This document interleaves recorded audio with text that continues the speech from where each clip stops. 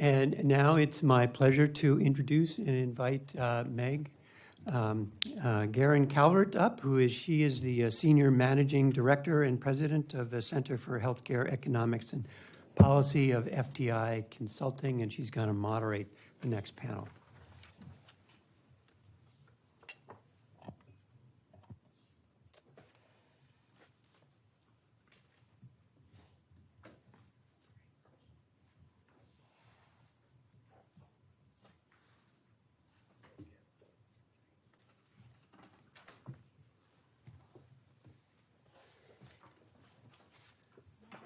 Thanks very much.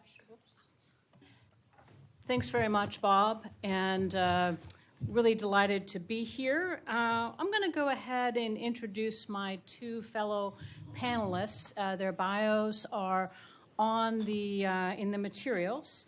To my immediate left is Jonathan Holofield. He's Senior Vice President of New Economies at Bitwise Industries. And to his left is Laura Ellenhorn, who's a Principal and Head of Community Impact at Edward Jones. And we're really looking forward to a really great conversation that we would like to include you in as part of as well. To kind of pick up the relay of two from Bob, let me just start with what we're attempting to do in this particular panel in Relay 2C is to talk particularly about an innovative business model and set of business models that look quite different, but actually share some remarkably similar properties that we think will really inform how businesses operating as businesses, individually or in partnership, using economic and other metrics, and or with others in a collaborative, can really have a transformative change with regard to economic well-being, but also health and health equity. So let me just very quickly to try to frame up the conversation for us. As I was thinking about this aspect of relay that Terry started us off on, I'm not a particularly athletic or competitively athletic person. The only relay I ever was on was for a few brief shining days in high school on a swim team, where my role was to jump in the water, swim, back and forth, and then touch, and somebody else would get in and go back and forth, and found that that wasn't me. But thinking about a relay in the context of health equity, and business role, there are some fundamental aspects that have already worked here today. The trust that the relay between each panel is going to occur. So that kind of trust. The idea that we have here today a common goal or sets of goals, we're trying to explore more to really inform for all of us. How can that business role in health equity and inequities be even more impactful? And as a result, there's an alignment of our interests and incentives, even where, as in the first session, we had some non-trivial disagreements or debates about particular issues.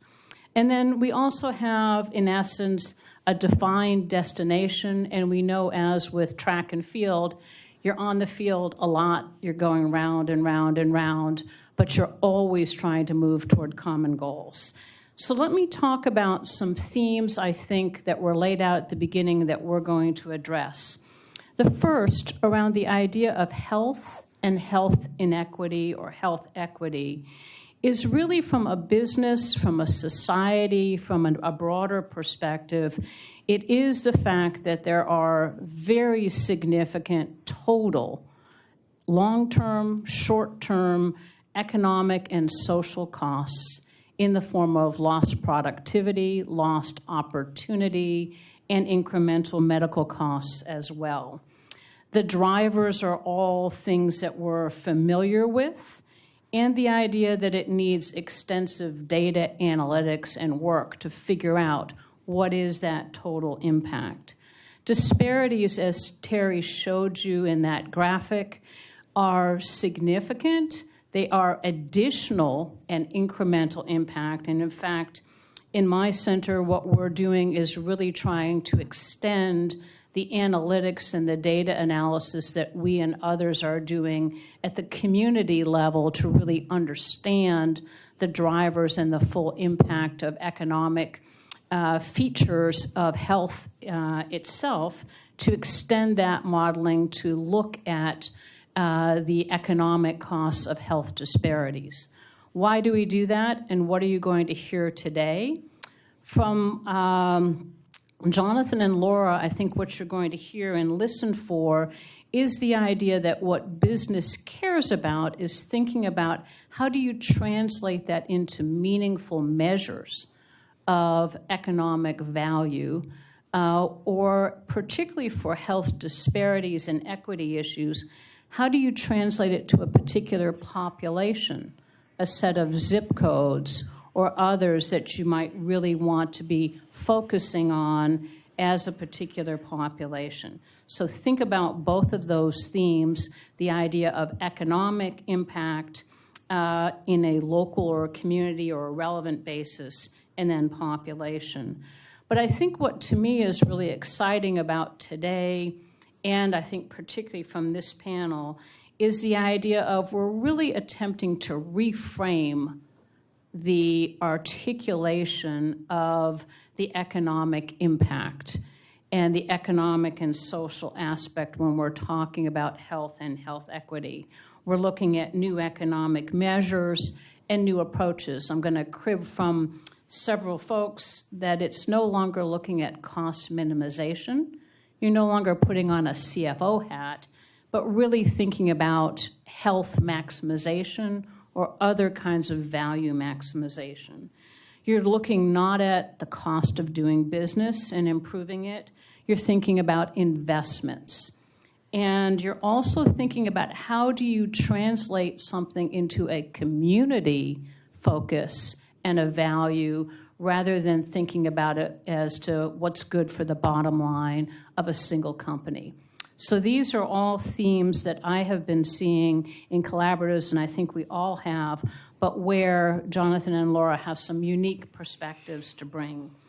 And that's the last part of the relay to share, is that ultimately delivering those themes or thinking about it, we're seeing new kinds of collaboratives or partnerships, whether it's anchor institutions or populations between different kinds of businesses. We're seeing that and seeing different success measures. So what I'm going to do now is turn it over first to Jonathan to share their specific stories and how they think about these themes, and then we're going to talk a little bit more to probe as to what might be the lessons learned to share for other organizations. Jonathan, more about Bitwise. Absolutely, and thank you very much. It's a pleasure to be here today. I'd like to connect up to your comment about the CFO mindset, if you will. Read somewhere, and this has applicability here, that a CFO was, tough CFO was admonishing a human development or talent development operation in the company, and he says, or she says, what if we train all of these people and they leave? And the human development officer or talent development officer said, what if we don't and they stay? And that's really what we're facing in our communities. The opportunity to skill up with the possibility that new opportunities open, the aperture, if you will, of opportunity opens, or we don't train them up and they have no options and they stay. Bitwise Industries, founded in Fresno, California.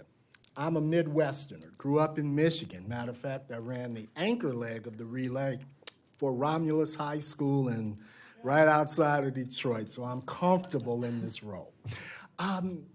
Founded in the Central Valley. In the Midwest, we're sensitive to flyover territory. Most of the best opportunities fly from the East Coast to the West Coast. Well, within California, you can think of the Central Valley as flyover territory. So the founders, extraordinary human beings, Jake Soberall and Irma Ogwin Jr., they created Bitwise for Fresno. little bit of shot across the bow.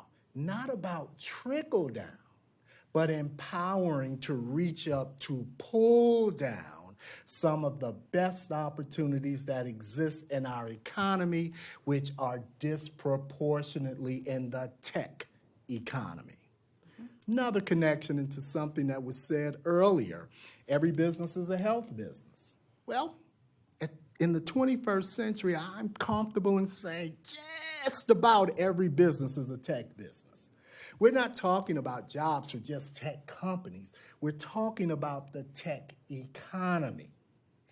Bitwise's mission, our mission, is to build tech economies in underestimated places, fueled with underestimated talent. Quick definition of what we might capture as underestimated talent might be ALICE populations, asset limited, income constrained, employed kinds of populations. The average person who comes into the Bitwise program averages about $21,000 of salary. Bitwise then provides a pre-apprenticeship and apprenticeship pathways to the tech economy. Then we employ apprentices in the tech sector. We pay those to learn. So you're going from an average of $21,000 to about $35,000. Living wage, access to Bitwise benefits, you're a Bitwise employee during the apprenticeship program. After completing the apprenticeship program, average salaries $62,000. Now you're moving up that quintile. You're right on the cusp of that third quintile, having begun firmly in the fifth quintile of income. And after 3 years in the tech sector, because of the tremendous elasticity of the tech economy, you're looking at an average of $82,000 of employment. And folks, the tech economy, not just tech companies, the tech economy is insatiable for talent. This is where the world is. Quickly about the model before I transition to Laura. 3 pillars. Pillar 1, workforce transformation, anchored by the paid apprenticeship employment. Second pillar, tech services, which really gets to why I'm here. What can business do? Quickly, we win procurement, IT services procurement from enterprise and government, even small business customers. We, in turn, convert that into economic mobility pathways. That becomes the work that the apprentices perform, of course, under the leadership of senior developers. The third piece is placemaking. We create extraordinary places. You all familiar with innovation and entrepreneurship ecosystems, and we create great places for this activity to occur in our communities. Those places historically have not been hospitable to underestimated talent. We create similar kinds of places, special places, revitalizing catalytic real estate investments in underinvested communities. But the key is they're infused with an ethos, visually and frankly spiritually. No one belongs here more than you. It's everywhere. We live it, we believe it, we project it. And that creates a hospitable environment for underestimated talent to get skilled up and compete in some of our nation's and the world's best opportunities in the tech economy. Look forward to our conversation. And Laura, in terms of the relay over to you, you're in quite a unique situation with your organization leading an unusual organization. Yes. If you could educate us on it and walk us through some of the same attributes and aspects. I'd be happy to. I'm very happy to take. I'm taking The the baton. baton Yes. for our relay, and I'll start first with a little bit about Edward Jones and our role. We're business, and we're in the business of helping people meet their goals, their aspirations, and we start with building very deep, trusted relationships with them. And we are the largest financial services firm in the country by number of financial advisors. We have over 19,000 financial advisors, 50,000 associates that live and work in 3,000 communities across the United States. Urban, rural, suburban, think about that. We represent America. Our employees represent America. And our clients represent America. We are very privileged to serve over 8 million clients located in every single county in the United States, every province in Canada, bar one county in Texas. We're still working on that. It's a big state. But I'll say, we are privileged to do this work. But one of the things that we've come to really understand is the interconnectedness of health and wealth. You cannot have one without the other.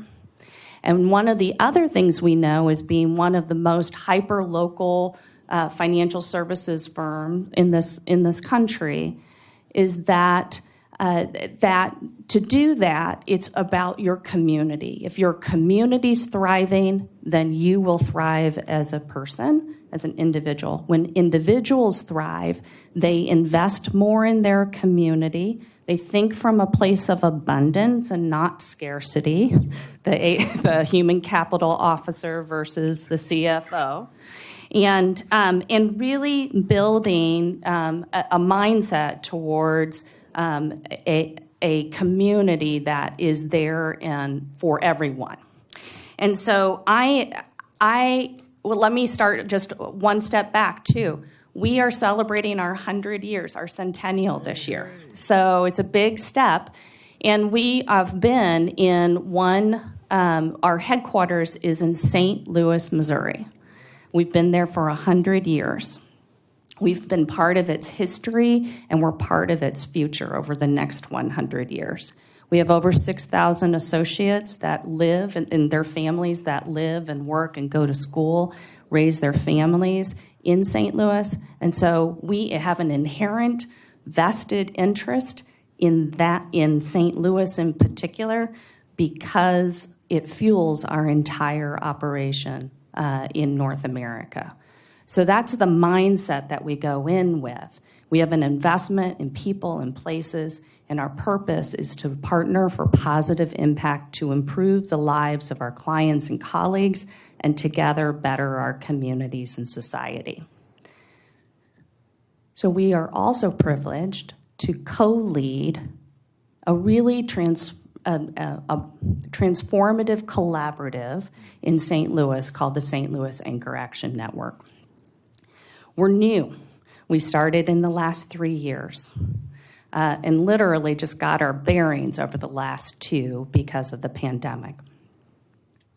The St. Louis Anchor Action Network believes in our heart of hearts that there is a future where everyone, everywhere can thrive. We believe it. We know it. And to help us get there, we are committed to listening to the needs of our community and driving sustained investment in the people and the businesses in 22 zip codes that are impacted by the racial and spatial disparities in St. Louis over the last century, probably more. We have a common mindset that is to work together to achieve these goals. And when I say we, it's 17 anchor institutions and growing. Anchor institutions, we combine the resources and the mindsets of healthcare organizations, of higher education institutions, of community organizations that are publicly funded, and business, all together with this common mindset of investing in the talent and the businesses and the location of our own businesses in these 22 zip codes that have been have experienced all kinds of inequities and disinvestment over the last century.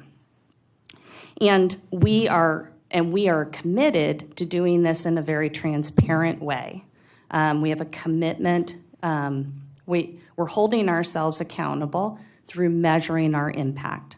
And so a big part of this is understanding our talent in the footprint, understanding our purchasing in the footprint, and setting goals of how we're going to change ourselves from the inside out to make a big impact. And so our big goal is that we are going to invest more in the talent and the businesses and increase our investment by 10% by the end of 2023. It's a big lift for us, but we're all focused on taking action and learning from each other going forward. I look forward to our discussion later on today. And let me, if I could, ask a quick follow-up, and Jonathan, you may have some thoughts on this as well. I think we all know, as we've worked in different communities, and if you look at cities, metropolitan areas that are the size of St. Louis and Fresno, and then, somewhat larger, somewhat smaller, within each there is a set of zip code. Yes. Or a set of populations. It's true in Buffalo, it's true in Nashville, it's true in almost every city. It's not related just to the U.S. There's a community of specific need in every community. How did you, if you could share a little bit more, how you went about, and I say you collectively, defining this is what we should be doing, and then really trying to align the anchor institutions or stakeholders around here is kind of what our common goals are. Yes. How did you kind of bring those elements together? I'm sure stakeholder groups around the country working on health would want to know those insights.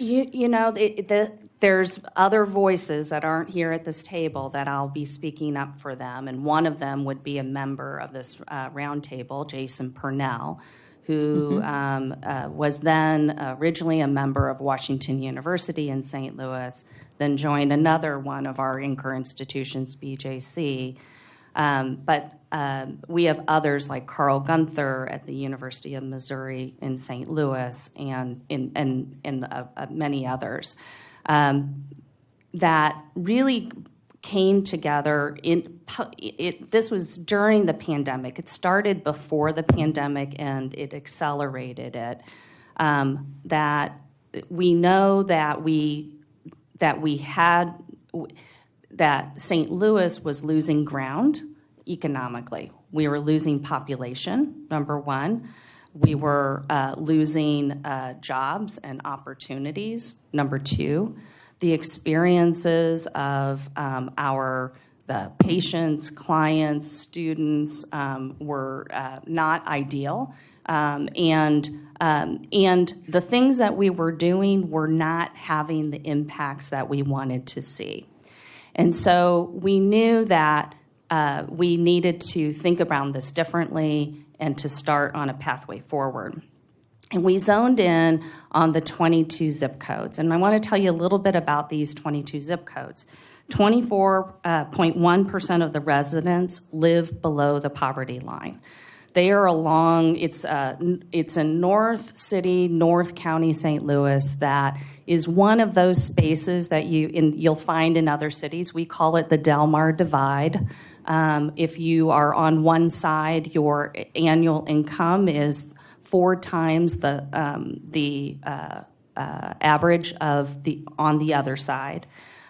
Within 3 miles of each other, you could be born on the same day and you will die 10 years earlier if you're on the north side of Del Mar. That's how stark the shifts are, and I'm sure that they're in other places across the country. 50% of the region's unemployed Black community live in these 22 zip codes, and 70% of them are Black. Of all the residents are Black. The per capita income of Black residents for the area is $17,407 lower than the per capita for the entire region. And it represents an annual gap, income gap of $4.1 billion per year. It's really substantial, and it's really stark. And we knew that we had to start somewhere, and if we were looking at everything and everywhere, we wouldn't be able to really study and understand how can we make a difference here, because other parts of our region were thriving, but the whole region was not thriving. And how might we have an impact there? What do we need to change about ourselves to help meet their needs? And so we took a different vantage point and a different lens to it. Let me add to that. In my own experience, I defy any corporate, government, education, economic development leader to show me the path to what they have already put on paper are regional economic performance or education objectives. Show me a path that can reach those objectives without more contributions from underestimated humans. I'm a former lawyer. Give the judge back his or her own language. My God, Attorney Hollifield is brilliant. Attorney Hollifield thinks like me. Well, essentially, you give the community leaders back their own language. They have wonderful plans. They've been developed with Accenture and McKinsey and all the top folks. Be true to what you put on paper. How do we get there? We cannot. It is empirically impossible to get there without greater contributions from more people. That creates an opportunity for the kind of alignment Laura experienced. And in terms of that, and it sounds like what you each have done is fundamentally reframed the articulation to go from profitability or certain measures of economic growth to something that really is significantly larger opportunities and growth to the extent the disparities or the gaps are reduced. And maybe if you could each share, how did you kind of identify maybe the specific gaps and tracking your success toward them? And Jonathan, I would maybe ask you, you've talked about this ecosystem or network. How did you grow your networks or your ecosystems in terms of engaging with ever more employers, maybe in different communities, to have them be thinking the way you just articulated? So I'll leave it open to whichever one of you wants to go first. I'll jump in just to level set the experience of Bitwise Industries, founded in Fresno, the Central Valley, expanded to Merced and Bakersfield, now in East Oakland. First expansion outside of the state of California is in Toledo, Ohio, and we've added 5 more cities as well. It is still, I don't want to project that this is easy. We're not talking finger-popping magic. One of the challenges is igniting new demand from underestimated humans for the tech economy opportunities. Unlike the industrial economy with some of us of a certain age grew up in. I'm from Michigan, and again, I know what prosperity looked like in the 60s and 70s, big old smokestacks and big plants, hard hats and boots. This economy is invisible to those who are disconnected from it. So it's not like communities are just banging down your door for access to the tech economy. So we have to find thoughtful partners who know that the communities have not been offered the best opportunities, nor have they demanded it. So most times it is improvement of the offer that actually ignites new demand. And from that offer, you have the anchoring or the seedlings of the ecosystem development. And that's where Bitwise has been successful in partnering with anchor kinds of companies and organizations and governments to build out an employment or training employment ecosystem around the tech economy disproportionately focused on ALICE or underestimated humans. Programs are open to everyone, but why we exist, our raison d'etre, if you will, is for underestimated humans. I love that, and it's a big part of what the Anchor Action Network does as well, is you have to listen to the needs of the community. You have to deeply understand, just like we do with our clients, that they find value when we listen to their needs, when we develop a plan together with them to help them get to their goals, and then help them hold themselves accountable to that plan to get to it. It's the same with community, and that, creating the demand from the talent and the businesses that are there, that you need to be able to listen to their needs, understand what their goals are, and create opportunities, create access to connections, to advice, to tools, to opportunity, and it also involves helping the greater ecosystem hear that voice and hear those needs. An example might be, I mentioned changing ourselves from the inside out.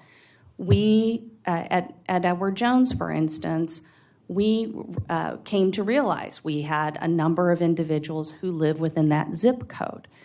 The challenges of getting to Edward Jones, you have to take several transportation means. Like on a bus, there's like 3 different bus stops.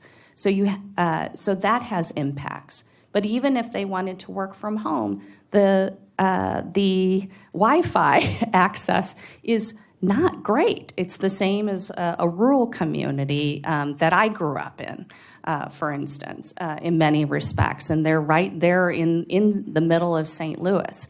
And so there's extra supports as a business that we can provide to help make sure that they're successful and can work at home, take care of their children, and be successful with us. But that takes training our HR area, training the leaders that actually are employing, and bringing that perspective that maybe we just need to give voice to it. But it's hard work. It takes time. It takes intention to actually make that happen. But that's the role that business can play. There's what's the role of business? If you go back to Drucker, the question is, what is value? What does your client see as value? And so I talked about that. Right now in society, there's a deficit of trust. And how can we build trust with communities? And that's by showing results of being able to meet their needs. And after listening to them and playing it back to them of what their needs are. And let me follow up. I know that those listening in and those that are going to listen, to the video and so on, and something that I've seen communities struggle with if you're a collaborative, Anchor Action Network in the process of setting up, or let's say you've actually done some significant effort to break down silos, get people to the table during the pandemic to address, significant disparities from COVID. So if we're thinking about it in kind of a health perspective and so on, what are some of the mechanisms, Laura, that your organization, the Anchor Action organization, has done to obtain the sense of needs from the community? Sometimes in healthcare we see community health needs assessments. They may be engaging, they may be accurate, they may not be. But what are some of the mechanisms that you've used to kind of solicit and hear and then to feedback? So many. We have a lot of those studies as well, particularly when we had Michael Brown in 2014. A number of different studies came forth from that we've benefited from as a community. But even more importantly, our interviews and the continual feedback loop. I just verified, we have 125 community partners that we meet with on a quarterly basis that we keep updated with what we're doing and what the evolving needs are. What's the short term? What's the longer term goals? So that's one of the ways that we do that. And then also knowing that other stakeholders are us as members of the network of how do we serve those needs. Right? And so we've developed what we call communities of practice. We have a community of practice focused on talent and a community of practice focused on purchasing. And so we come to it with a lot of vulnerability. When we were asked to help co-lead this network, they said, well, we're going to invest in talent and purchasing. And we said, well, we don't know much about supplier diversity. We don't have that program. It's a lot of vulnerability that we came. They said, that's all right. You can learn.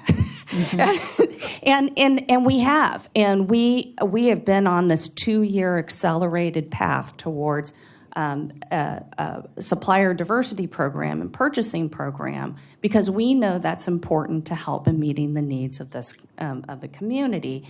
And what we're doing for these 22 zip codes will then also have a benefit for other larger organizations that might be outside of those 22 zip codes as well, because we've been able to learn from each other, from a utility company that is required to do that, from University of Missouri that's required to have supplier diversity, very robust programs. And we're able to get the benefit of all these different disciplines coming to the table to help us be the best that we can be where we're at on our journey.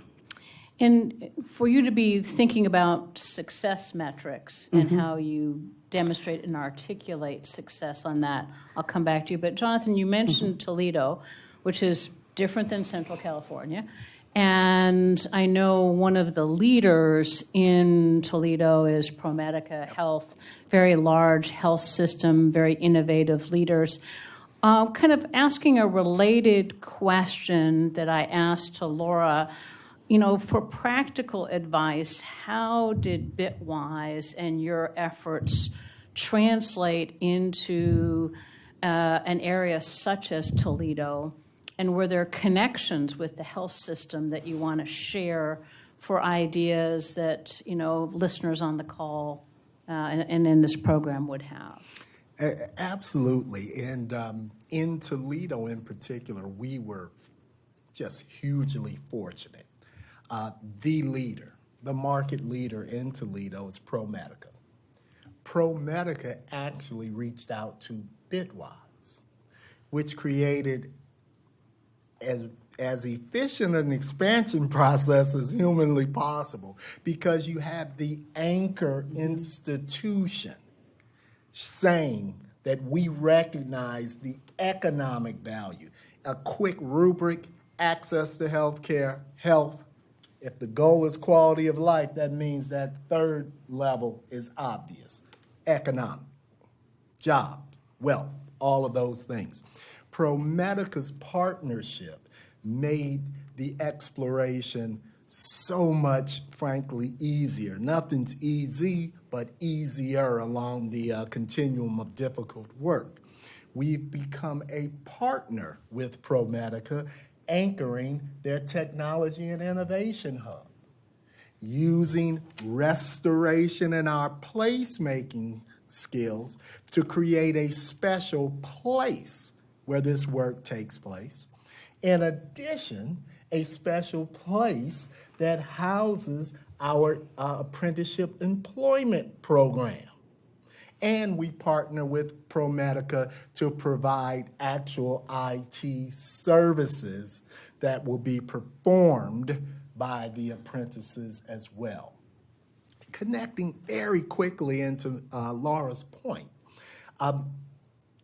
structurally, share a quick experience. I was leading a national branch of office of a historic organization, Urban League, right? And I was in a meeting with a foundation leader at a big financial services company, big company. And I was doing my thing, sharing basically this kind of stuff. And she said, yeah, you're talking about an empowerment engine. And I'm like, yeah. And she says, well, I'm interested in butts in the seat. Hear the point? I'm talking system and ecosystem. She was interested in counting butts in the seats. That is pervasive in the communities that need system approaches. The absence of infrastructure to actually connect up to the opportunities that Laura and Bitwise provide as well. Proliferation of narrow butts in the seat program is God's work. But the absence of complementary ecosystems mean we're stuck forever in incremental with no opportunity for exponential. More than you asked for, but I got to share. Yep. And I think want to make sure we have time for others to ask questions, but you all obviously have gone through periods where maybe, as you just mentioned, it wasn't working quite so well. Mm-hmm. You also are working on some of the toughest issues that there are in terms of really focusing on specific populations, aligning in ways that aren't typical to be aligned in, and really looking to move, for transformative change, to change the mindset, going back to what Bob was talking about, to change the mindset from individual actions or isolated action to thinking, let's think about the community, let's think about those transformative change, let's engage businesses in issues around equity, mobility, economics. Let me ask you each two questions. If you had to point to people toward what really are ways to encapsulate, here's what success is in this venture. Here's a way how you could articulate to businesses who might be skeptical in a community as to whether they should engage in this activity, what constitutes success. And then the second part is, if you had to name one, just really significant impediment that you think people should see it coming and from your experience try to overcome it, that would be useful to know, or answer that question however you want. Mm-hmm. What would someone learning from your experience most want to know, since we oftentimes learn from, well, here's the mistake we made. Mm-hmm. But let me open it up to either of you, Laura, if you want to start. Yeah, so I think the magical thing about the Anchor Action Network is I really kind of call it out in three different ways. Number one is leadership, number two is mutuality, and third is accountability. And I start with leadership because it takes the leaders of your organizations, if you were to come into this space, to really understand the needs of the community at a deeper level. And that's why in our first year, we really focused on creating experiences for our executives to learn about those. But ultimately, there needs to be that belief, that mindset around the importance of inclusive growth, that fundamental belief that we will not all prosper unless everyone prospers everywhere. Like that is a huge success when you can get that type of alignment. If I think around success for our Anchor Action Network, we look at it at progress towards that shared goal. I like it in the transformation slides that we saw earlier. We don't know exactly what that end result is. We know the big, hairy, audacious goal, but we know that we have to take some steps. And so our immediate step is this 10% increase from our baseline that will translate into an increased investment of $49.8 million in these 22 zip codes by the end of 2023. What that will look like is more people hired at, happy at, successful at, earning more money and opportunity at our institutions. And we are purchasing more from businesses that are owned and operated in those 22 zip codes. That's generally what that success looks like. From an Edward Jones perspective, learning outcomes, learning from each other in a very vulnerable way from all these wonderful other disciplines that we don't have, but all sharing the same goal together. It's really empowering, and it energizes all of us.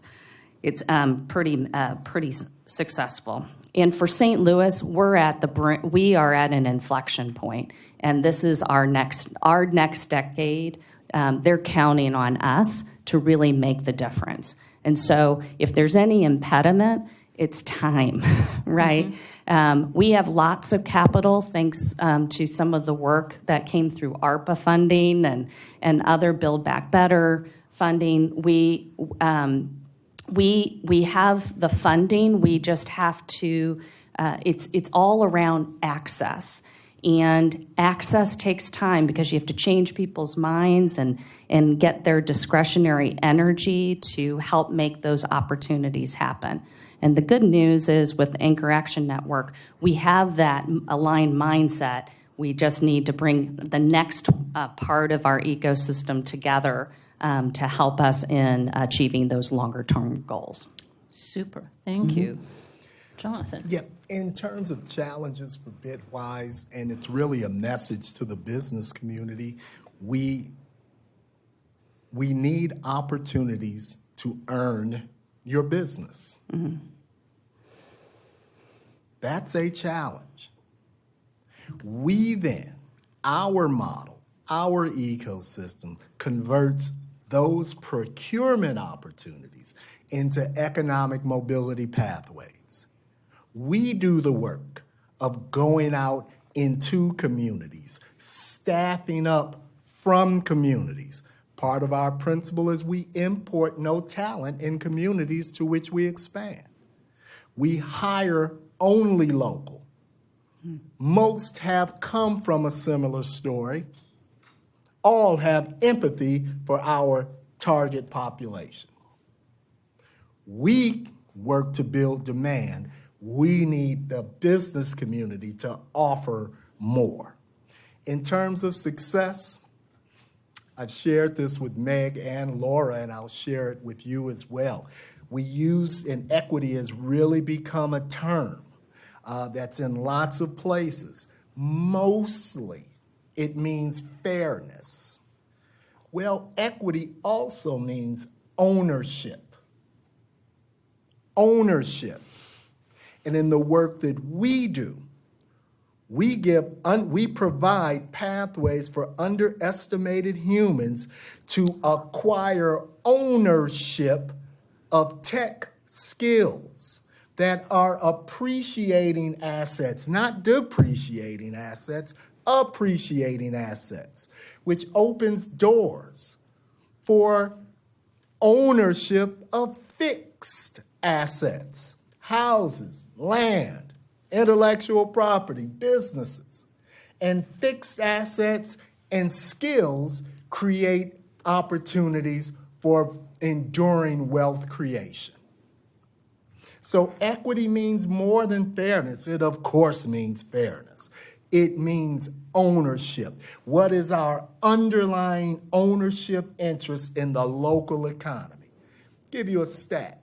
90% of our apprentices stay in the local market where they were trained.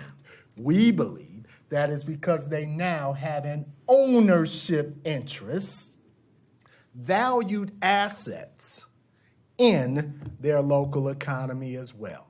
So success looks to us like economic mobility pathways that move you from the 5th quintile to the cusp of the 2nd quintile. Super. Thank you.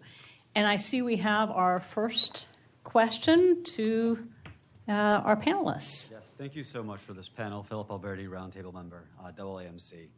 In my mind and experience, kind of a health equity, health justice agenda exists on two equally important kind of parallel tracks. So one, I think you both described beautifully, kind of community-grounded, community-centered, community-driven, local coalition, business being a part of that. The other track, though, again, as important, is a law and policy track, right? To advocate for the kinds of policies that will create opportunity locally, at the state level, at the federal level. It's often a hard message to deliver to my constituents when I say, well, healthcare must begin to advocate for health, not just healthcare. So my question is, for a business like Edward Jones that is a national footprint, what is your obligation for advocating for policies that advocate for health and not the bottom line? Thank you. Thank you. Advocacy is a big part of this. So part of our focus on purpose is purpose, partnerships, and policy. And we are developing and building out our platform of what that looks like. We've been very open around the importance of Alzheimer's research, cancer research. We've been very involved in some of the health advocacy, but we have a seat at the table. We're investing in that, in the talent and the resources to help in bringing that to life. We are also. Let me take a step back. We are deeply involved in thinking and have been of thinking around the needs of our clients and focusing our health messages around our clients. We're becoming more multi-stakeholder in viewpoint of not just our clients, but also and our colleagues, but also our larger communities as well. And so there's more to come in that, but it is an important part of advancing our purpose. Quickly and globally speaking, we live it every day. Bitwise is an explosive growth venture-backed tech company. We are 100 that. We are also 100 social impact, delivering the world's most diverse tech workforce.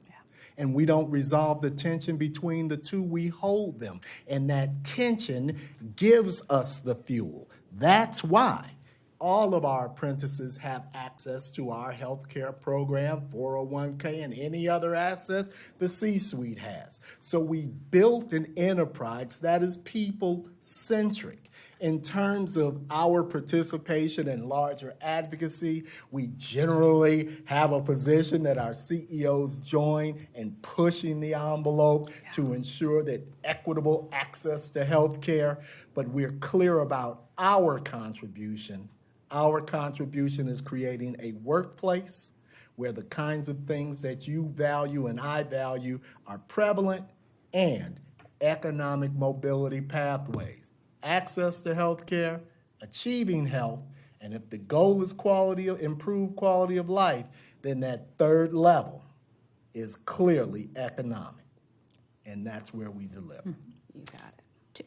Terry, do you want to go next? Or either way, if there's somebody online, whichever. Terry, do you want to go first? I'll do a fast version of the question. Terry Williams with the Roundtable, also of Atrium Health and more recently Advocate Health. This morning we talked about one of the infrastructures in impact networks, which it sounds like that's what's been created in St. Louis, is that there are 4 roles. And so my fast version of the question is, are you seeing these 4 roles? And I'm about to list them. If we had a little more time, then I would ask, and how have you evolved to fulfill these roles? So what we said is there's a catalyzing role, which is the art of vision and inspiring action. You can imagine how that's been happening. There's a role of facilitating participants in a group process to find common ground.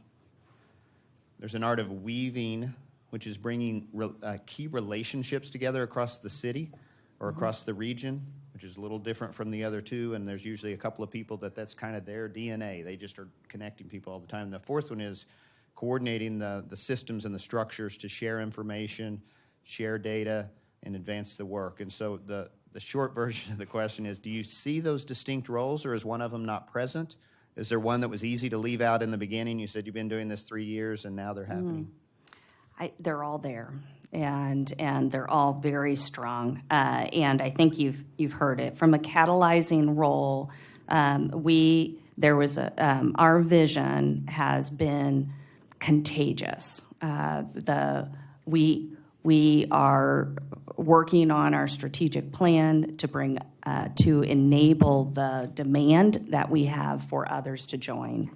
Part of that is this. I think it's the facilitating role of helping people wherever they're at on their journeys of understanding the needs of the community and how they can help those communities. We have those communities of practice are an essential element, and we're the last one was the weaving with there's 2 more, weaving all of these different stakeholders.